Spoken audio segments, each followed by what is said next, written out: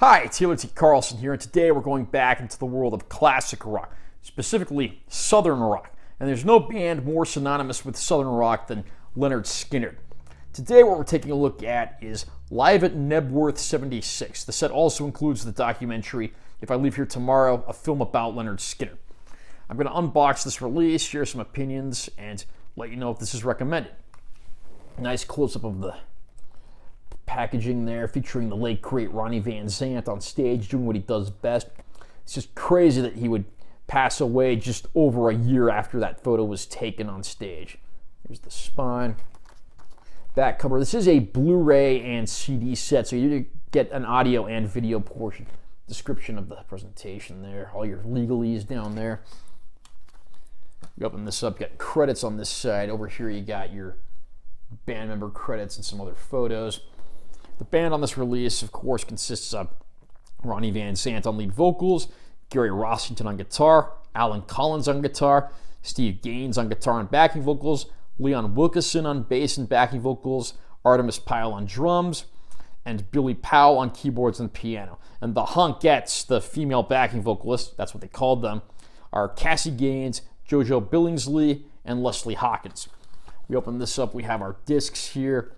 On this side we have our video Blu-ray disc and our audio CD over here. Let's take a look at what we've got under here. This just has like songwriting credits right there.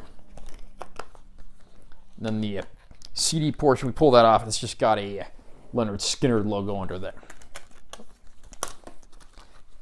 Now the 1976 Knebworth Festival, the other groups that were playing at this festival are Todd Rundgren's Utopia, 10cc, and the big headliners of the evening were the Rolling Stones.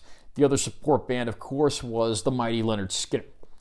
And it's great to see them, overseas in England, well received by a British audience. I mean, we even have one of the band members here dressed in what looks like a British policeman's uniform. And if you look at the stage in the concert, it even looks like a tongue because it was clearly designed with the Rolling Stones in mind. It's great to see the group on stage in their youthful prime, doing what they do at their absolute best at the peak of their career. So this would have been just about a year before the Street Survivors album came out, with the members of the band passing away in a plane crash just a few days after that album's release. If you want to see a time capsule of live Lynyrd Skynyrd on the stage doing what they do best, this is certainly that moment. The concert, from what I can tell, was probably shot on videotape. It even says on the package this is just like a standard def upscaled presentation. And I think it's about as good as we can expect something like this to look. But for me, the real highlight of this package is the other presentation, the film If I Leave Here Tomorrow, which is on the history of the band, their genesis, their rise to fame, the tragedy that claimed their lives, as well as, briefly, the aftermath and what led to the modern versions of the band.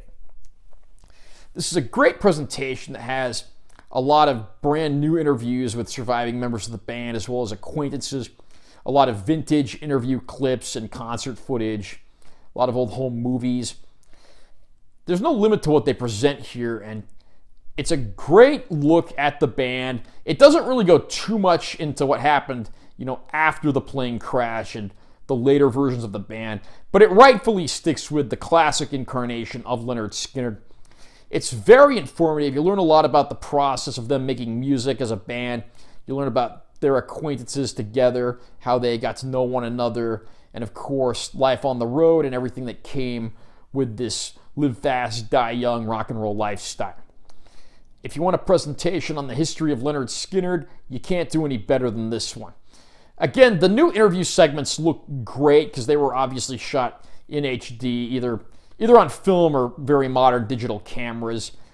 The older footage, the quality of that tends to be more hit and miss, but that's to be expected given what some of these sources are, including the likes of home movies and amateurishly shot stuff from back in the day. I'm just glad we have all this stuff in one place and a great profile on the history of the band.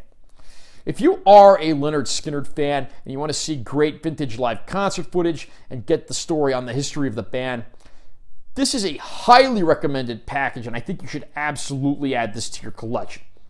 Are you a Lynyrd Skynyrd fan, and have you had a chance to pick up this release yet?